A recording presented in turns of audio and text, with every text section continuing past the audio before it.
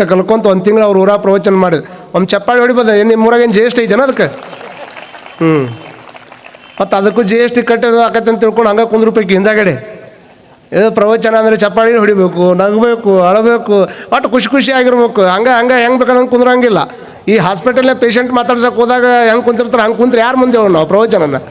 ಕೆಲವು ಮಂದಿ ನೋಡ್ಬೇಕು, ಇವ್ರು ಪೇಷಂಟ್ ಮಾತಾಡ್ಸಕ್ಕಂತ ಹೋಗಿರ್ತಾರೆ, ಇವ್ರು ಕುಂತಿದ್ದು ಸ್ಟೈಲ್ ನೋಡಿ ಯಾವ ಬೆಡ್ ಮೇಲೆ ಮುಕ್ಕೊಂಡಿರ್ತಾನೆ ಅಲ್ಲೇ ಸತ್ತಿರ್ತಾನೆ ನಾವು. ಕಾರಣ ಏನಂತಂದ್ರೆ ಇವ್ರು ಕುಂತು ಸ್ಟೈಲ್ನಾಗ ಅವ್ನು ಗೊತ್ತಾಕೈತಿ ಬಹುತೇಕ ನನಗೆ ಯಾವುದೋ ದೊಡ್ಡ ರೋಗ ಆಗೈತಿ ಅದಕ್ಕೆ ಇವ್ರು ಹಿಂಗೆ ಕುಂತಾರ ಅಂತ. ಹಂಗೆ ಕುಂದ್ರಂಗಿಲ್ಲ. ನಕ್ಕೋಂತ ಕುಂದ್ರೋದು, ಚಂದ ಕುಂದ್ರೋದು, ಆನಂದ ಏನೈತಿ ಇದಕ್ಕಿಂತ ಹೆಚ್ಚಿಂದ ಏನು ಮಾಡೋರು ಇದನ್ನು? ಅಗದಿ ಬಿಕ್ಕೊಂಡು ಕುಂದ್ರೋದು ಜೀವನ ಅಲ್ಲ, ನಕ್ಕೋಂತ ಕುಂದ್ರೋದು ಜೀವನ. ಬಿಕ್ಕೊಂಡು ಕುಂದ್ರೋದು ಐತಿ. ಓಹೋ ನೋಡಿರ್ಬೇಕಲ್ಲ ಸ್ಮಶಾನದಾಗ ಒಂದ್ರ ಮಕ್ಕಳಿಗೆ ಒಂದ ಕುಂತ ಒಂದರ ಎದ್ದು ನಕ್ಕವನ್ರಿ. ಮತ್ತು ಯಾವ ನಕ್ಕಿಲ್ಲ ಅವು ನಗಲಾರ್ದಂಗೆ ಕುಂದ್ರೋದು ಅಲ್ಲೇ ಇಲ್ಲೇ. ಹಂಗಂತ ತಿಳ್ಕೊಂಡು ಯಾವ ಬೇಕಾದಂಗೆ ನಗಂಗಿಲ್ಲ. ಮತ್ತೆ ನಗ ಅಂದಾರ ಅಂತೇಳಿ ಸುಮ್ಮನೆ ಮಾತು ಹೇಳೋಕ್ಕಿಂತ ಮುಚ್ಚಕ್ಕೆ ನಕ್ಕೊಂತ ಕುಂತ್ರು ಯಾರು ಮುಂದೆ ಹೇಳೋದು? ಏನು ಹೇಳೋದು?